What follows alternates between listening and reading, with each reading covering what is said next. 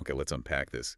We live in a world that is, it's absolutely saturated with logic. It really is. Spreadsheets, algorithms, data models. Right. And if an idea doesn't make that sort of conventional, rational sense, it's usually just vetoed before it ever gets a chance. But what if the greatest innovations, the most successful ideas, are the ones that actually defy that logic? Well, if we connect this to the bigger picture, the source material argues that this modern addiction to reductionist logic has created a massive blind spot. A blind spot. How so? Because these logical models work so well in physics or engineering, we've sort of mistakenly convinced ourselves they apply just as well to, well, to messy human affairs. Things like economics or marketing. Exactly. And that belief has, essentially driven the magic out of the world. And that magic is what we're hunting for today. The authors use the term alchemy here, not in the old sense of turning lead into gold, but more like finding these hundreds of surprisingly effective solutions that exist just outside that narrow beam of logic. It's about changing minds, not materials. That's the core of it. Okay, so where do we start? We have to start with the most dramatic proof point that, not everything that makes sense works and not everything that works made sense. And that's Red Bull. Oh, this is a great story. Before its launch, they ran consumer trials and the feedback was hostile. People in focus groups were angry. They hated it. They openly criticized the taste, the can size. There were comments like, I wouldn't drink this piss if you paid me to. So all the logic, all the market research, Yeah. it pointed to complete failure. Precisely. If they had listened to that data, Red Bull would never exist, and yet its annual profits are now big enough to fund a Formula One team. Which is one of the most expensive ventures on earth. Right. The market research failed because logic failed to account for the deeper motivation, status, rebellion, things that completely trumped the objective taste. Here's where it gets really interesting, because we're moving beyond just illogical outcomes. We're trying to find the real reason people do things, the psychological one. Exactly. The foundational danger is that we treat human systems, the economy, public policy, as if they're simple machines. A machine is linear. You put in effort, you get an output. Yes, and it doesn't allow for magic. But psychology, well, that's a complex system, and complex systems absolutely allow for these magical outcomes. Well, wait, when you say magic, you don't mean actual randomness, right? You just mean things that defy that simple input-output model. It's the latter. It defies simple mechanics. Take the example of work and leisure. A conventional model assumes productivity is proportional to hours worked. Right. So if you double your vacation time, say from 2 weeks to 4, the model says you'd need to take, what, a 4% pay cut? That's the logical machine-like prediction. But history shows these magical outcomes. Look at the German economy. Incredibly successful. And workers there routinely take 6 weeks of annual leave. The model fails because it ignores the psychological stuff recovery, burnout prevention, just being more focused when you are at work. So you get these non-linear gains that a spreadsheet just can't see. It can't. And that brings us to the psychological. The modern approach uses what the sources call regulation issue binoculars, market research, and economic theory. The problem is both lenses are broken. This reminds me of David Ogilvy. He totally nailed this. He said, the trouble with market research is that people don't think what they feel, they don't say what they think, and they don't do what they say. And that's the counterintuitive nugget for you listening. People just do not have introspective access to their deepest motivations. You ask them why they bought Red Bull, and they'll give you a logical reason, like, I needed energy. But that's not the real why. No, the real why might be tied to social signaling or identity, things they aren't even consciously aware of. That distinction is so important because it makes us rethink what we call stupid or irrational. Absolutely. We have to differentiate between what's truly nonsensical and what's just nonsensical. Okay, break that down for me. Nonsensical means it looks irrational on the surface, but serves a deep, effective purpose. Think about the human appendix. For decades, it was seen as this useless, vestigial remnant. Right, a piece of biological nonsense. The logical thing to do was just remove it. A perfect example of reductionist logic. But recent theories suggest it's a safe haven for good gut bacteria, letting your body reboot its microbiome after an illness. So what looked like nonsense was actually a really clever long-term survival strategy. The lesson is, be very careful before calling something nonsense. Evolution doesn't think in quarterly reports. This brings us to how we actually make choices. We assume we're always trying to maximize something, happiness, money. But often it's really about survival, about minimizing the risk of total ruin. Okay, let's use your GPS analogy for this.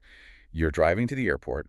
The GPS, the pure maximizer, tells you to take the M25 motorway. It's the fastest road on average. But you, the driver, acting psychologically, you ignore it. Why? Because I'm not trying to get the fastest average time. I'm trying to avoid the worst case scenario, the massive gridlock that makes me miss my flight entirely. Exactly. You take the back roads. They might be a bit slower on average, but they have low variance. The risk of ruin is near zero. I'm choosing the route with the least bad, worst case scenario. And that whole process has a name. It's called satisficing. A mix of satisfy and suffice. Coined by Herbert Simon, it argues we look for satisfactory solutions for a realistic world, not optimal solutions for an unrealistic, perfectly predictable one.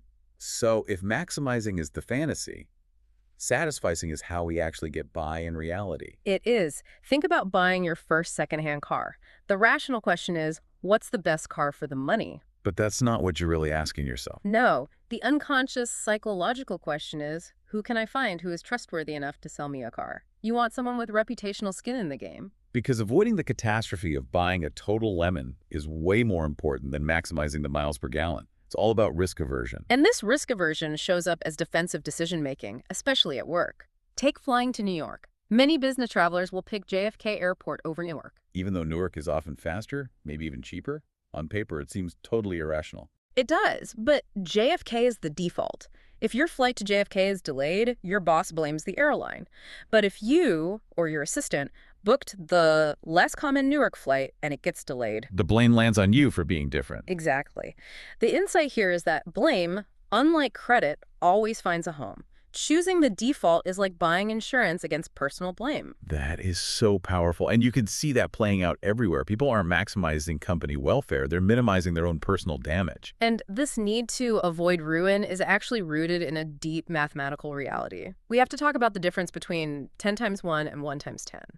Okay, this is a tricky one, so let's walk through it. This is the group versus the individual. That's it. Imagine a bet where you have a 50% chance to double your money and a 50% chance to lose 60% of it. Okay. If you have 1,000 people each make that bet once, that's the ensemble average.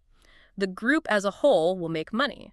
It has a positive expected return. That's the 1,000 times 1 scenario. The group does fine. Right. Now imagine one person making that same bet 1,000 times in a row. That's the time series expectation. Well, 1 times 1,000. And because any loss is compounded, the most likely outcome by far is that the individual goes broke. Our evolved human instinct, which is obsessed with avoiding that one point of ruin, is actually much smarter about managing risk over time than abstract models are. So that nonsensical caution is actually the key to long-term survival. And this brings us right into the world of signaling. Because if objective reality isn't what matters most, then value isn't in the thing itself. It's in the minds of the people who value it. Alchemy. Changing minds, not materials. Yes. And the classic example is fish names. Nobody wants to pay $20 for a piece of Patagonian toothfish. It sounds awful, like something from a swamp. But you rename it Chilean sea bass, and suddenly it's a high-end delicacy. The fish is identical, but the perceived value just skyrockets. But for a signal to really work, it has to be costly signaling, right? It can't be cheap. It has to be effortful. It must involve a sacrifice. Think about a wedding invitation. An email is just information. It's cheap talk. But a heavy, gilt-embossed card that costs $5 just for the paper. That signals commitment. It signals seriousness. The cost is the meaning. You'll prioritize that wedding. And businesses use this all the time. Tell us about the failing coffee shop. Okay, so this cafe was failing. New owners take over. They don't change the coffee, don't change the prices. They make 2 tiny changes. They add nice movable chairs outside and a simple waist-level fence. And the key is, this stuff had to be hauled out every single morning and put away every single night. That's the costly effort right there. This very public, daily effort signaled commitment. It signaled quality. Customers saw that and thought, well, if they go to all this trouble for the chairs, the coffee must be at least decent. So the effort of moving the chairs was an advertisement for their confidence in the coffee. It was, and nature figured this out millions of years ago. Flowers are just weeds with an advertising budget. They use costly, bright petals and scent to signal a big nectar reward for bees. And that advertising is proof of confidence. The flower is betting that its product, the nectar, is so good that the ad spend will be worth it. If perception is everything, then we have to talk about psychological design. Absolutely. Objective reality doesn't stand a chance against human subjectivity. A great example is Cadbury Dairy Milk Chocolate. Right, they got complaints that it tasted different, but the recipe hadn't changed at all. The recipe was identical. The culprit. They had redesigned the blocks to have rounded corners. That smoother shape, a totally non-taste factor, made people perceive the chocolate as sweeter. They literally tasted the shape. That's incredible. The brain is just mixing all the sensory inputs together. Exactly. And sometimes you have to deliberately make a process more complicated to satisfy this psychological need for effort. This is the IKEA effect. The famous Betty Crocker cake mixes. Yes, the first mixes were too easy. Just add water. Yeah. And they failed. People felt guilty or awkward, like they were getting credit for something they didn't earn. So the solution wasn't a better cake. The solution was to introduce a bit of complication. They made the user add their own fresh eggs. That little bit of satisfying effort made the baker feel like they'd actually earned the final product. It's so strange to think that sometimes adding friction is the right answer. What's fascinating here is that we miss these solutions because we're so obsessed with logic. I mean, the single greatest strength of free markets is their ability to generate things whose popularity makes no sense to the rational mind. We have to embrace the psychological. So the key takeaway for you listening to this is that logic should be a tool, not a rule. The problem with only using logic is that it kills off the magic. It stopped us from exploring those counterintuitive spaces where real innovation happens. We have to give ourselves permission to suggest slightly silly things and to fail more often. And this raises a really important final question about the very nature of human reason. It's called the argumentative hypothesis. It suggests that reason didn't really evolve to help us make better decisions for ourselves, But to what? To justify them. to explain and defend them to other people. It's the brain's PR department. We use logic to retroactively justify decisions we already made instinctively or emotionally. Which means we're using spreadsheets to explain why we bought Red Bull, but only after it's already a huge success. This brings us right back to Adam Smith, who warned about the man of system. This is the person who thinks they can arrange society like pieces on a chessboard. Forgetting that every single piece has a principle of motion of its own. Exactly. The logical map, as we've learned today, is emphatically not the human territory. Yeah.